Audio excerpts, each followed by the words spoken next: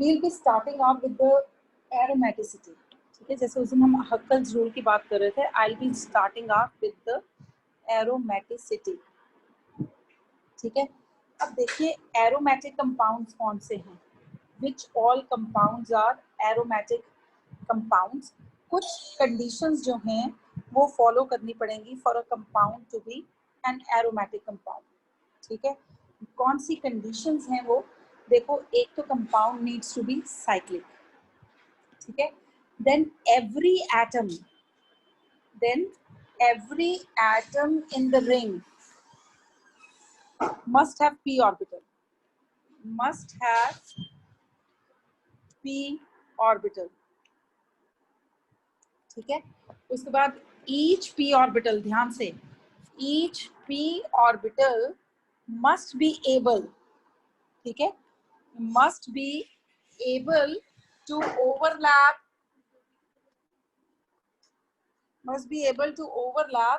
with the p orbitals on the either side of it. जो atom है उसके p orbitals जो हैं दोनों तरफ बॉन्ड बना रहे हैं. इसका मतलब क्या हुआ, इसका अगर हम नटशेल में मतलब देखें तो हम कह सकते हैं that molecule must be planar. Molecule must be planar. एक मॉलिक्यूल प्लेनर है तो तभी उसके p ऑर्बिटल्स जो हैं वो ओवरलैप कर सकते हैं और बॉन्ड बना सकते हैं. देन सबसे important condition, it must have 4n plus 2 pi electrons. ठीक है, n can have the value 0, 1, 2, 3. ठीक है, n is always, देखो अगर n की वैल्यू 0 डालोगे तो it will have 2 pi electron. n की वैल्यू 1 डालोगे तो 6 pi electron. n की वैल्यू 2 डालोगे तो 10 pi electrons, like this. ठीक है, उसके बाद then we have anti aromatic compounds. ठीक है, फिर हमारे पास है anti aromatic compounds. Anti aromatic compounds के अंदर सेम ही कंडीशंस रहती हैं, बस उसमें एक ही चीज डिफरेंट है, दैट इट मस्ट हैव, जो डिफरेंट चीज है वो मैं लिख रही हूँ, it must have 4n pi electrons. ठीक है, उनके पास 4n pi electrons होती हैं. यहाँ पे भी जो बाकी सारी कंडीशंस जो हैं, डीलोकलाइजेशन, यहाँ पे एक और कंडीशन होती है, that is a delocalization of pi electron cloud.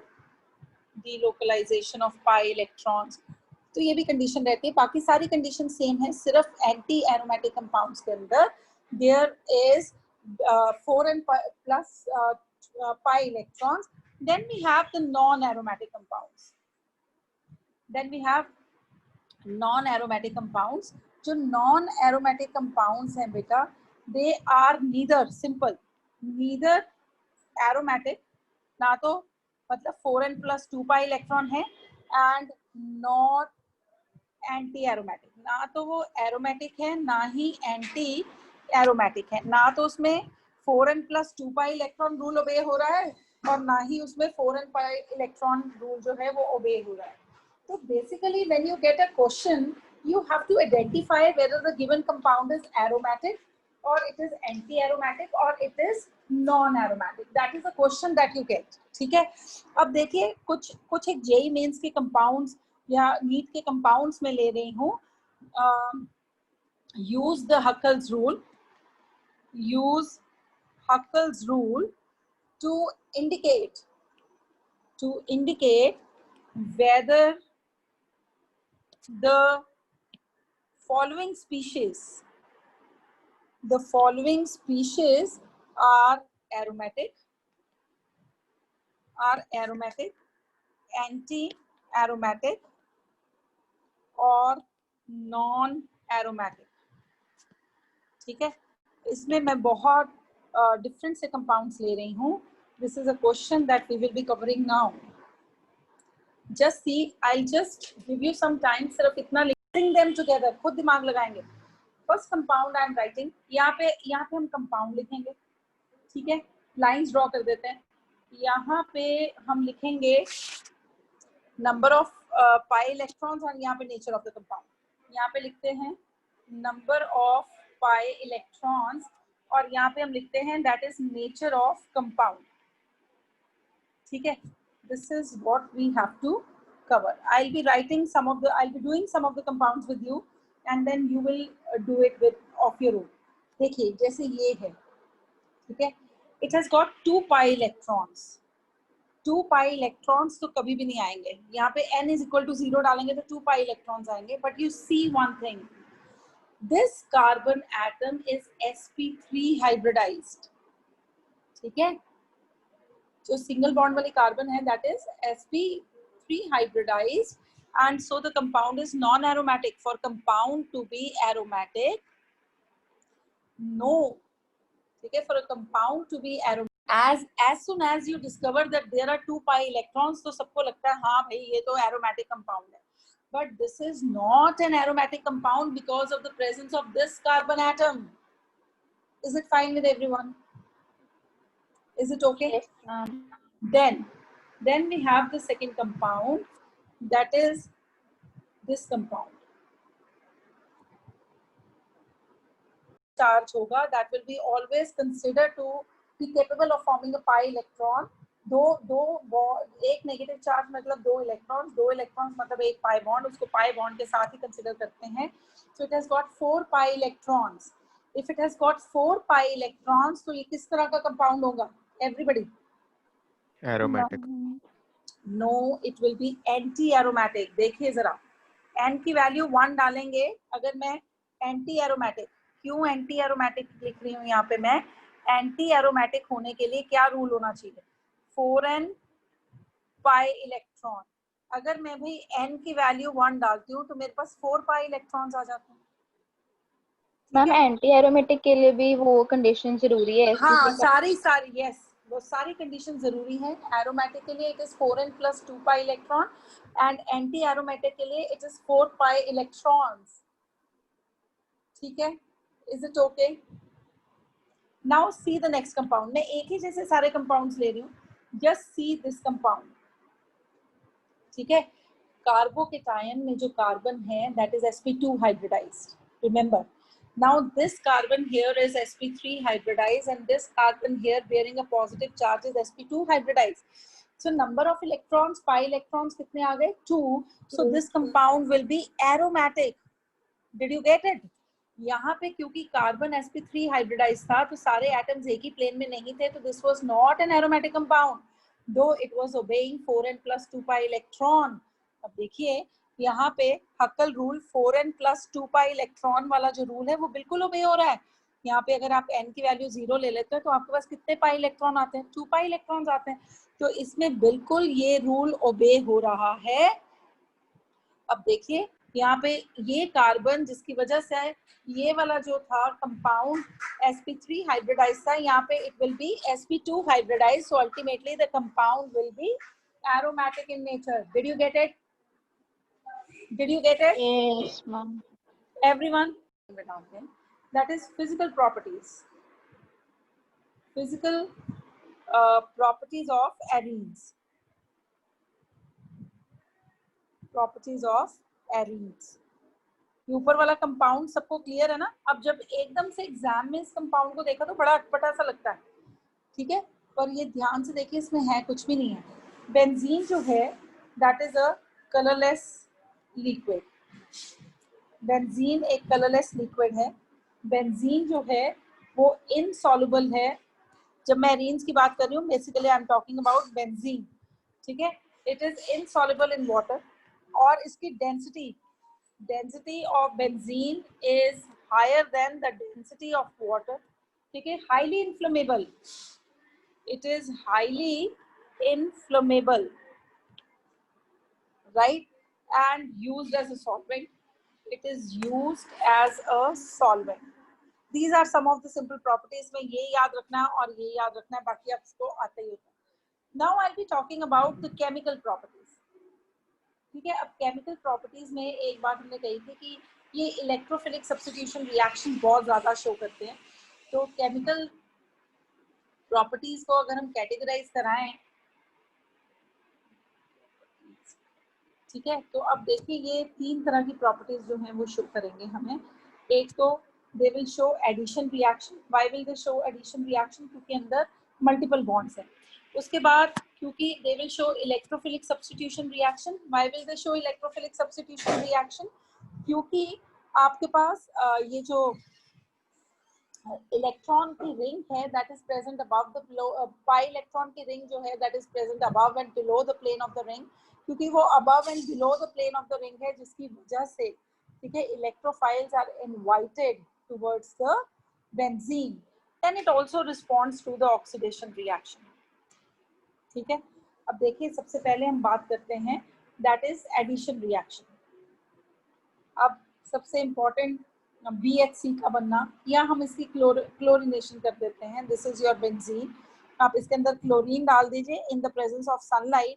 What will happen? It will lead you to the formation of every double bond will be cleave. देखिए ये डबल बॉन्ड क्लीव होगा और 2 क्लोरीन लगेंगे, ये डबल बॉन्ड क्लीव होगा और 2 chlorine लगेंगे, और नेक्स्ट क्लीव होगा तो क्लोरीन लगेंगे. So this will lead you to the formation of benzene hexachloride. This is called as BHC. इस कंपाउंड को हम बोलते हैं BHC. ये बड़ा ही स्ट्रॉन्ग या पावरफुल इंसेक्टिसाइड है. It's a powerful insecticide. ठीक है.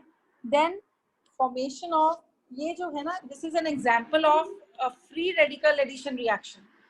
ये जो क्लोरीनेशन है example of free radical addition reaction. ठीक है.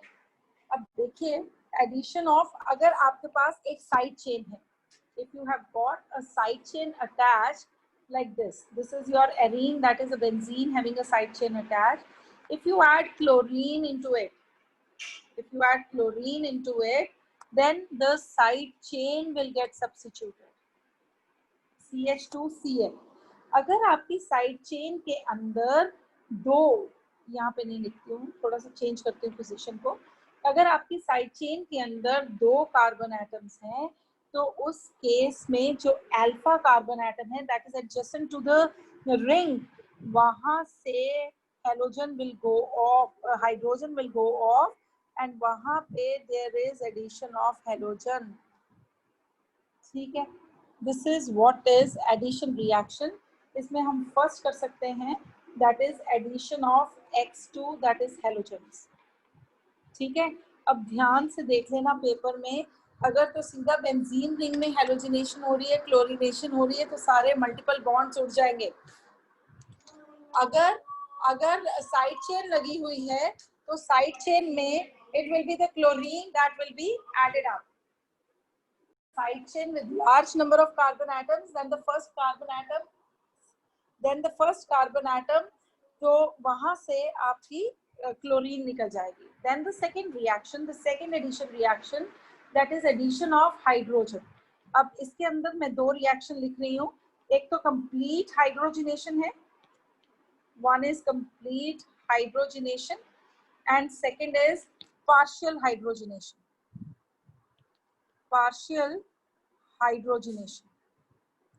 अब देखिए कंप्लीट हाइड्रोजिनेशन में क्या होगा, सारे के सारे मल्टीपल बॉन्ड्स जो हैं वो खत्म हो जाएंगे. This is benzene. The reaction is carried out in the presence of nickel. This will give you a cyclohexane. ठीक है. आपके पास जो प्रोडक्ट बनेगा that will be cyclohexane. But yes, if you are carrying out its hydrogenation in the presence of Birch reagent, Birch reduction अगर आप करते हैं, दैट इज सोडियम और लिक्विड अमोनिया के अंदर, this is your Birch reduction, then you get this compound. ठीक है. Then we have oxidation reaction, addition of ozone. अब मैं पूरा रिएक्शन लिख के दिखा रही हूँ, ध्यान से देखना रिएक्शन को, नहीं तो मेन प्रोडक्ट आपको याद होना चाहिए सबको. देखिए ये है benzene ring. I'll be breaking my bonds and I'll be putting the ozone. It undergoes the ozonolysis. ठीक है. अब देखो what I'm going to do. I'm going to break this bond. This double bond जो ozone है वो at a time 2 bond को break कर सकता है, Now it will be a carbon here and a carbon here. So you see I am talking about cleavage of this bond. ठीक है, बाकी सब बरकरार है. जो बरकरार है चीजें वो मैं ब्लैक से मार्क कर रही हूँ. I am going to put a bond here, I am going to put a bond here. ठीक है, यहाँ से थोड़ा सा हम एरो को भी छोटा कर देते हैं और इसको भी थोड़ा सा हम छोटा करके लिखते हैं, so that we can write the product. This is the benzene and it is undergoing the ozonolysis. Benzene के अंदर भी इसको हटाएं और यहाँ पे मल्टीपल बॉन्ड्स लगाएं. सो पहले मैंने क्या किया, ये वाले बॉन्ड को तोड़ा, ये वाला कार्बन और ये वाला कार्बन, और साथ में ये दो बॉन्ड चलते आ रहे हैं, तो वो चल रहे हैं, एक इधर चल रहा है, एक इधर चल रहा है. ये सबको पता लगा? Is it fine? Now one oxygen and one oxygen will come here. ठीक है, एक ओजोन जो है 3 एटम्स ऑक्सीजन के, वो डबल बॉन्ड को क्लीव कर सकता है. ठीक है जी, is it okay? Is it fine? अच्छा, अब देखिए क्या हुआ. Once this bond has been cleaved, then comes this carbon atom. I am writing it with different color. That is the next carbon atom. This is a black line representing this bond. देखिए, ये bond को black line represent कर चुके हैं, ये bond मैं तोड़ चुकी हूँ. अब ये वाला bond टूटेगा between this carbon atom and between this carbon atom. Blue से बना रही हूँ ये दोनों carbon atom. इन दोनों कार्बन एटम्स के बीच में बॉन्ड टूटेगा, बट ये कार्बन एटम भी फर्दर लिंक रहेगी और ये वाली कार्बन एटम भी ऐसे लिंक रहेगी. Now it will be an oxygen like this and an oxygen like this. ठीक है, फिर उसके बाद एक और कार्बन एटम बनाते हैं. Now you see here, this carbon has been cleaved, ये बॉन्ड लगा हुआ है, इधर से बॉन्ड लगा हुआ है, ये दो कार्बन रह गए. ठीक है, अब ये वाला carbon they will be cleaving further and they will be forming a bond like this. बोलिए ठीक है? Is it fine with everyone? Is it okay? This is how the ozonoid will be formed. This is called as benzene. इस compound का नाम देखिए. This is benzene triozonoid.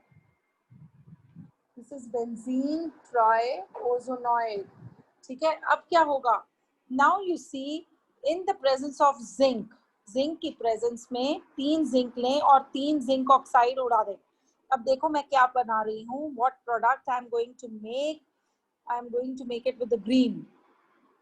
अब देखिए, ये एक यूनिट सेपरेट हुई, ये दूसरी यूनिट सेपरेट हुई और ये तीसरी यूनिट सेपरेट हुई. ये जो 3 ऑक्सीजन थे, 1, 2 और 3, ये जिंक ऑक्साइड की फॉर्म में निकल गए. तो क्या मैं प्रोडक्ट को लिख सकती हूँ 3 units carbon, double bond O, H here and H here. Can I say so? And this compound is called as glyoxal. इस कंपाउंड को ग्लाइऑक्सल कहते हैं. ये सबको याद रहना चाहिए कि बेंजीन की ओजोनोलिसिस से there will be formation of glyoxal. ठीक है, is it okay? Yes ma'am. अच्छा, अगर अब आप ओजोनोलिसिस कर रहे हैं and you are doing it for the toluene, अब आप प्रोडक्ट्स याद करने की कोशिश करेंगे. जब आप टोलुइन के साथ कर रहे हैं उसकी ओजोनोलिसिस, तो आपका प्रोडक्ट जो बनेगा that is CH3, C double bond O and CHO with 2 units of glyoxal. 2 units ग्लाइऑक्सल की बनेंगी और 1 यूनिट ये बनेगी, राइट? उसके बाद now will be coming up, this is your toluene की ओजोनोलिसिस आई थी एग्जाम्स के अंदर. Then we have the next category of reaction, that is an oxidation reactions. ठीक है, अब देखिए, एक होती है कंट्रोल्ड ऑक्सीडेशन और एक होती है अनकंट्रोल्ड ऑक्सीडेशन. जो आपकी अनकंट्रोल्ड ऑक्सीडेशन होती है that is called as combustion. उसको हम क्या कहते हैं? उसको हम बोलते हैं कंबशन. ये देखिए, अब इसमें हम क्या करेंगे, we will be carrying out the combustion. ये हम रिएक्शन बहुत बार लिखते हैं थर्मोडायनेमिक्स के अंदर. दोबारा से जब आप थर्मोडायनेमिक्स करेंगे, 1 mole of benzene undergoes combustion. So it is always because it is a hydrocarbon, so it will be giving us carbon dioxide and water with the elimination of a large quantity of heat. अब देखिए यहाँ पे ये reaction सब याद करेंगे. अब देखो वेनेडियम पेंटाऑक्साइड के साथ टेम्परेचर का देखो कैसे इफेक्ट आ रहा है. वेनेडियम पेंटाऑक्साइड है, अगर आप बच्चे इसको 300 डिग्री पे हीट करेंगे तो आपके पास फिनॉल बनेगा। Very important, everybody needs to remember it. और अगर आप इसको 450 डिग्री टेम्परेचर पे करेंगे तो आपके पास मैलिक एनहाइड्राइड बनेगा। CH, C double bond O, C double bond O and oxygen like this. This is called as malic anhydride. ठीक है जी? Is it okay with everyone? Is it okay? अगर आपके पास ये वाला रिएक्शन समझे, अगर आपके पास बच्चे साइड चेन है, यहाँ पे मैं लिख रही हूँ side chain oxidation, I am writing here that is a side chain oxidation. इसमें क्या होना है, साइड चेन में जितने मर्जी नंबर ऑफ कार्बन एटम्स लगे, देखो जैसे मैं लिख रही हूँ, it is your CH3 here. अगर आप इसकी ऑक्सीडेशन करेंगे with acidic KMnO4, alkaline KMnO4 heat करेंगे तो this will get change into COH। ठीक है? अगर आपके पास बहुत ज्यादा कार्बन एटम लगे हुए हैं एक ही चेन के अंदर like this and you are carrying out its oxidation, मेरी बात ध्यान से सुनो, it will be giving you benzoic acid और साथ में बाकी के जो कार्बन है और हाइड्रोजन है वो कार्बन डाइऑक्साइड और वाटर की फॉर्म में एलिमिनेट होंगे। ठीक है? अगर आपके पास दो सेपरेट जगह पे जैसे ये वाला है और ये वाला है इस तरह से लगे हुए हैं, then you carry out the reaction with alkaline KMnO4। अगर आप इसको एल्कलाइन या एसिडिक KMnO4 के साथ करते हैं तो आपके दोनों ग्रुप्स अलग से COH and COH में कन्वर्ट हो जाएंगे। Is it fine? Is it okay? Yes, ma'am. Everyone, is it Yes, fine with everyone? ma'am. अब ये सबको याद रखना है कि जितने, अच्छा एक और रिएक्शन जो मैं डिफरेंट लिख रही हूँ, अगर आपके पास टोलुईन है, ठीक है, और आप उसकी ऑक्सीडेशन कर रहे हैं with chromyl chloride in the presence of water, अगर किसी को याद हो तो ये हम कर चुके हैं, दिस इज एन ईटर्ड रिएक्शन। ठीक है? ये शायद हम लोग करेंगे इनफैक्ट अब बेंजाल्डिहाइड्स के अंदर। ठीक है? मैम ये वाली रिएक्शन नहीं की हुई। हाँ, ये एल्डिहाइड्स में करेंगे। ईटर्ड रिएक्शन है अगर this compound is called as chromyl chloride. ठीक है? Before I end up with the class I just recapitulate. ठीक है? तो ये इस तरह से कुछ ऑक्सीडेशन रिएक्शंस। अब उसके बाद हम बात करेंगे reduction reactions. we'll be talking about the reduction reactions.